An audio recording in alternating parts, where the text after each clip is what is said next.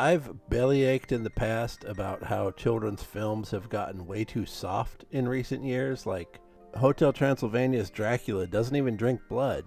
But props where they're due to Spongebob for keeping this guy in the conversation. Nosferatu! This version of Count Orlok may not be overtly threatening, but they kept the sharp angles of his visual design, and his sudden, inexplicable appearance in the show is, at least, unsettling. No doubt a few children had nightmares about the guy after the airing of this episode.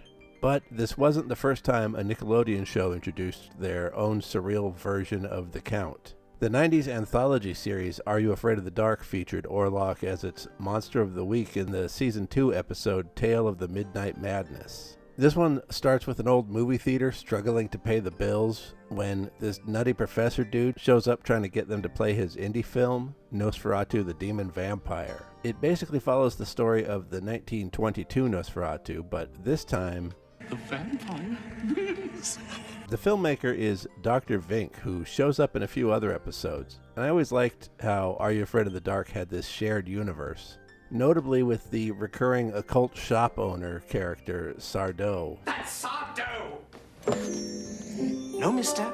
Accent on the dough. Vink claims to have made the movie in the golden age of silent horror, which would make him about 100 years old.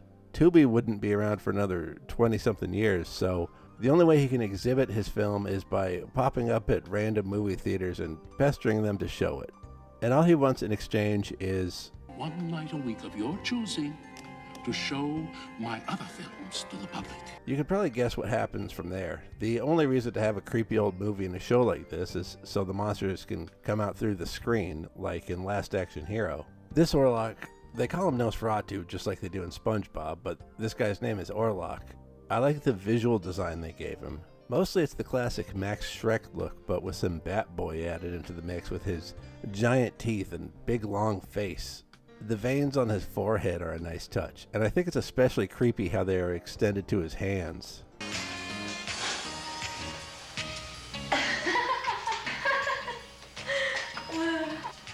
The story ends with the main kid jumping into the movie to rewrite the ending. And that's all well and good, but because the manager had tried to back out of his deal with Mr. Fink, Fink went and bought the theater, and now he can play his movies all week. Just like Philip Michael Thomas when he bought a movie theater in Miami and held Philip Michael Thomas film festivals at it. You know, Philip Michael Thomas coined the term EGOT for Emmy, Grammy, Oscar, Tony. You know how many of those awards he has? None of them.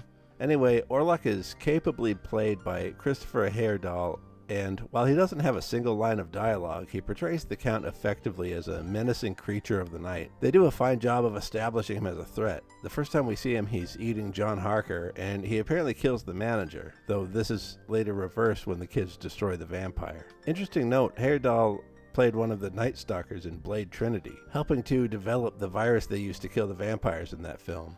Don't ask me to explain how, but this guy looks Canadian to me, even through the vampire makeup. Of course, he's far from the most Canadian Dracula I've ever seen.